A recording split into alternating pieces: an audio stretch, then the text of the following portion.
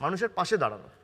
একটা খুব ইম্পর্টেন্ট বিষয় না বললেই নয়, আরও একটা ন্যাশনাল ইস্যু যে পশ্চিমবঙ্গের অন্তত ৬-৭টা লোকসভা কেন্দ্র আছে যেখানে সিএ একটা বড় ফ্যাক্টর।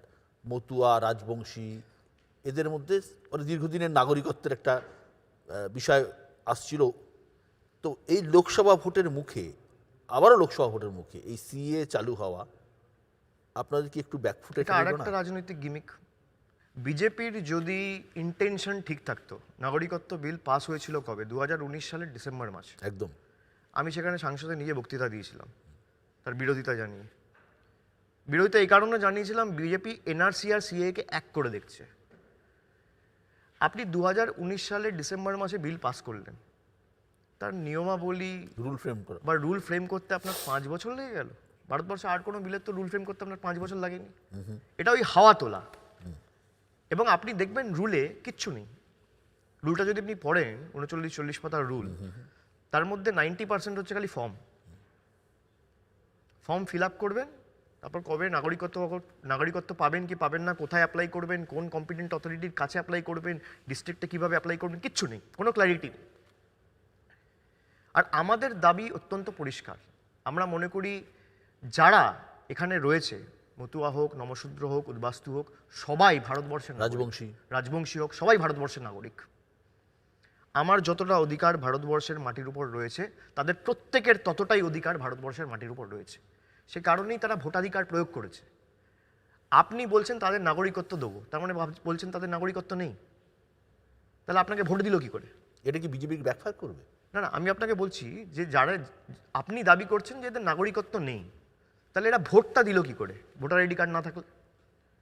ভারতবর্ষের নাগরিক না হলে তো আপনার ভোটার আইডি কার্ড থাকবে না। এরা এমএলএ নির্বাচিত করছে, এরা এমপি নির্বাচিত করছে, এরা মুখ্যমন্ত্রী নির্বাচিত করছে, এদের ভোটেই প্রধানমন্ত্রী নির্বাচিত হচ্ছে। আপনি বলছেন এদের নাগরিকত্ব দেবো? এ তো হতে পারে না, তো গিমিক। সেকেন্ড, সিএ এর ভয়ে আতঙ্কে খুব সম্ভবত টালিগঞ্জ যাদবপুরে একজন সুইসাইড করে মারা গেছে। এই মৃত্যুর দায় কার? এই সিএ বিল যখন হয়েছিল আমার ফলতায়, আমার মনে আছে, একজন আত্মহত্যা করেছিল, তার বাড়িতে পর্যন্ত আমি গেছিলাম। এই আতঙ্ক ছড়াচ্ছে, এই আতঙ্কর দায় কার? আর বিজেপি বলছে সিএই নাগরিকত্ব দেবার আইন, কারার আইন নয়।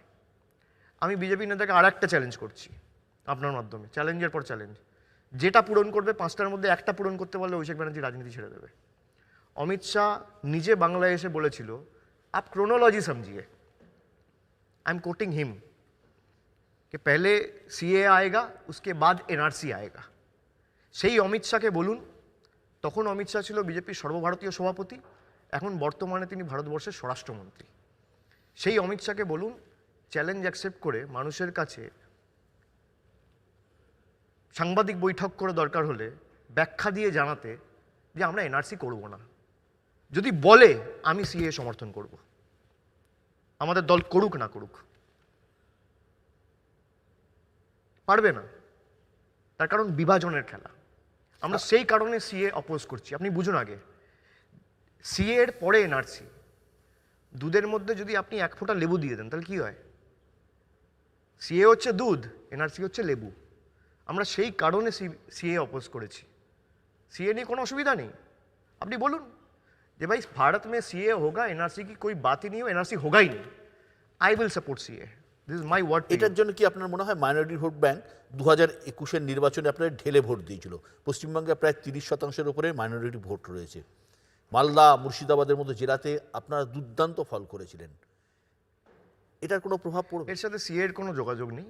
মানুষ বিজেপির বিরোধিতা করেছিল, মানুষ চেয়েছিল যে বিজেপি যাতে না আসে। তার কারণ বাংলার যে সাম্প্রদায়িক সম্প্রীতির এবং যে কৃষ্টি সংস্কৃতি, এটা বিপর্যয়ের মুখে ঠেলে দেওয়া হবে যদি বিজেপিকে সুযোগ দেওয়া হয়।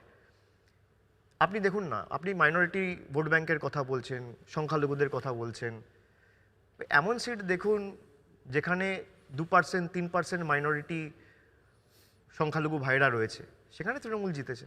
কি করে যেতে? কি করে যেতে আপনি আমাকে বলুন।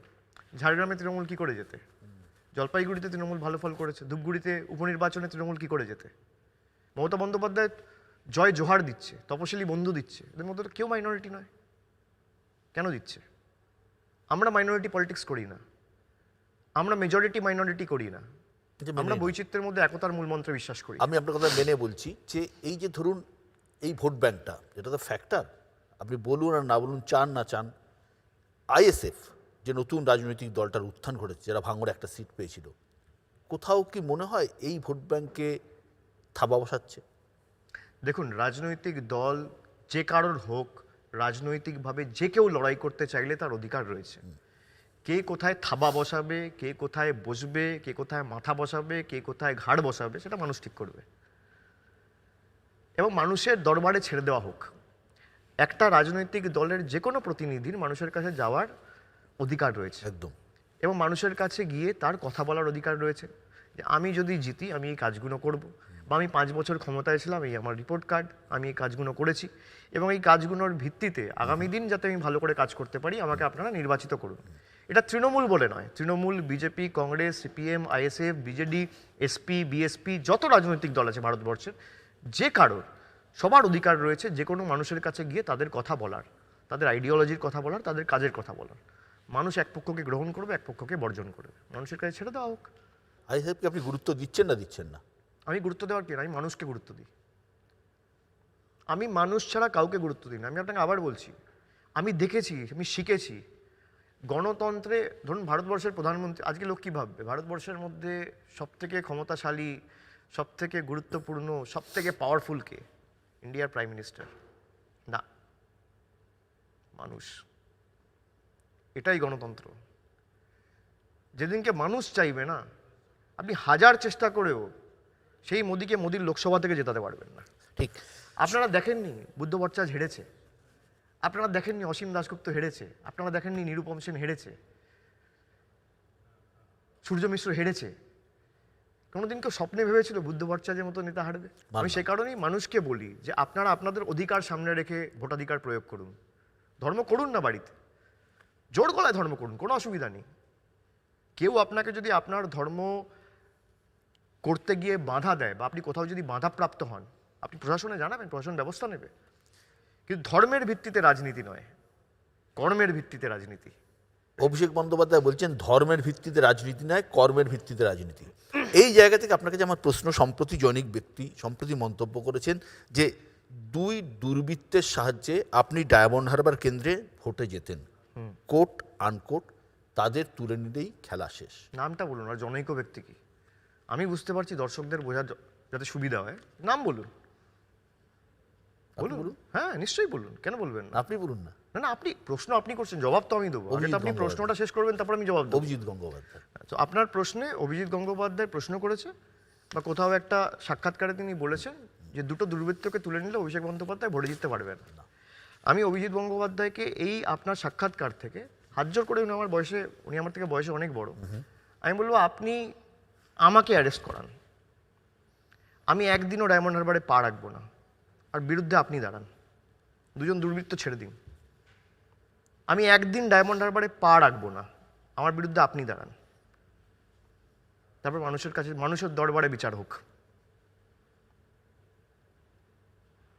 আপনি তো কোর্টে বসে রায় দিয়েছেন, বিজেপির কথা শুনে যা বলেছে আপনি তাই করেছেন। আজকে মানুষ বুঝতে পারছে আপনি বিচার ব্যবস্থাকে নিয়ে ছিনিমিনি খেলেছেন। আমি কি বলবো এই লোকটা সম্পর্কে? ইনি বলছেন 2টো দুর্বৃত্ত, আরে আপনি 200 দুর্বৃত্তকে তুলুন না, যাকে ইচ্ছা তুলুন। পরবর্তীকালে জেনে নিতে হবে যদি ইলেকশন চলাকালীন এই ঘটনাগুলো ঘটে, তার মানে কোথা থেকে প্ল্যানিং হয়েছে আর কি হয়েছে এটাও পরিষ্কার হয়ে যায় মানুষের কাছে। আপনি আমাকে অ্যারেস্ট করান, 1 জুন ডায়মন্ড হারবারে ভোট, 1 জুন অবধি আমাকে অ্যারেস্ট করে রাখুন, আমি একদিন ডায়মন্ড হারবারে পা রাখবো না। ইলেকশন কমিশনকে দিয়ে অর্ডার করান, গৃহবন্দী করে রাখুন, একদিন পা রাখবো না, বিরুদ্ধে আপনি দাঁড়ান, মানুষের দরবারে লড়াই হোক, দেখি মানুষ কার সাথে।